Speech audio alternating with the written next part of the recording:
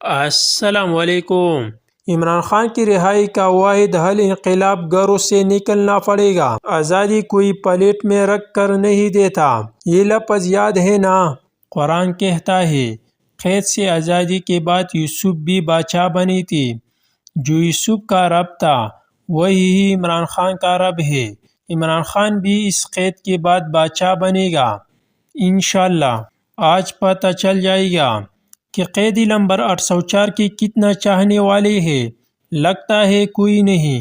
قیدی نمبر 804، تیرے رعب اب دبدبہ برقرار، ایک خاندان دبئی ایک لندن فرار، ڈیزل اور لاٹین تو ویسی ہے بیکار، ڈیل کا سوال ہی پیدا نہیں ہوتا، ملک چھوڑ کر وہ ہو جاتی ہے جن کی جائیداد باہر ہو، میرا جینا مرنا پاکستان ہے۔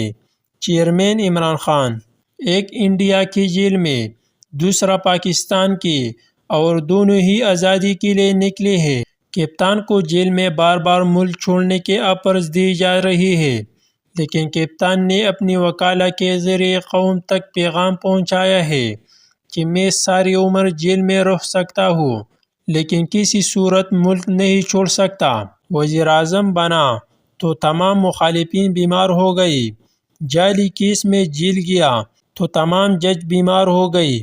وقار ملک، عمران خان پاپولر تو ہے، عمران خان کو سزا ہو گئی تو مینڈیالا بن جائے گا، اور اگر ملک بدر کر دیا تو خمینی بن جائے گا۔ اس کا جرم ایمانداری ہے۔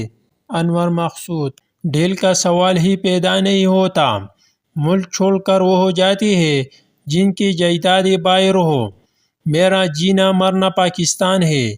عمران خان، لازم ہے کہ ہم بھی دیکھے گئے وہ دن کہ جس کا وعدہ ہے، جو لوح ازل میں لکھا ہے، جب ظلم اور ستم کی کویگارہ روئی کی طرح اڑ جائی گئی، ملک میں اخلاقیات کو ختم کر کے اکثریت کو اقلیت میں تبدیل کر دیا گیا۔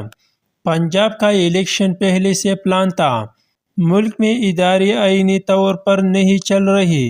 بانی چیئرمین تحریک انصاف عمران خان۔